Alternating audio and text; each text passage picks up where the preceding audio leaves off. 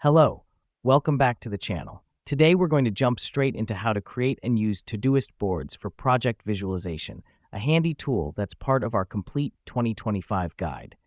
Our first step is to create a new project in Todoist. Head over to the left sidebar, click on the plus next to Projects, and type in your project name. This helps us because it keeps our tasks organized and focused under one umbrella. Now that we've done that, let's switch this project view into the board format. Click the top right icon and select Board. The reason we do this is to give us a visual layout of our tasks, making it easier to track progress and see the big picture. Next up, we're going to add sections to our board. Click on the plus sign at the end of your board and add names for your sections. These could be stages of your project or different task categories. This helps us because it gives structure to our board and enhances our project visualization.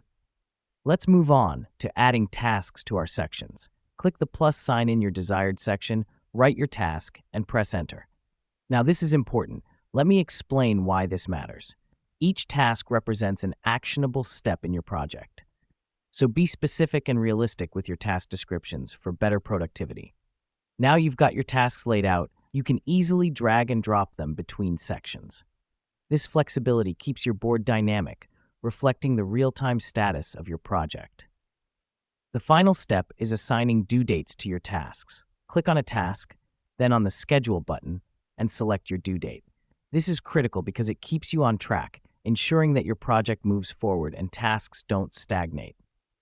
And there you have it. You've now created a visual project layout using Todoist boards, making your project management more organized and productive.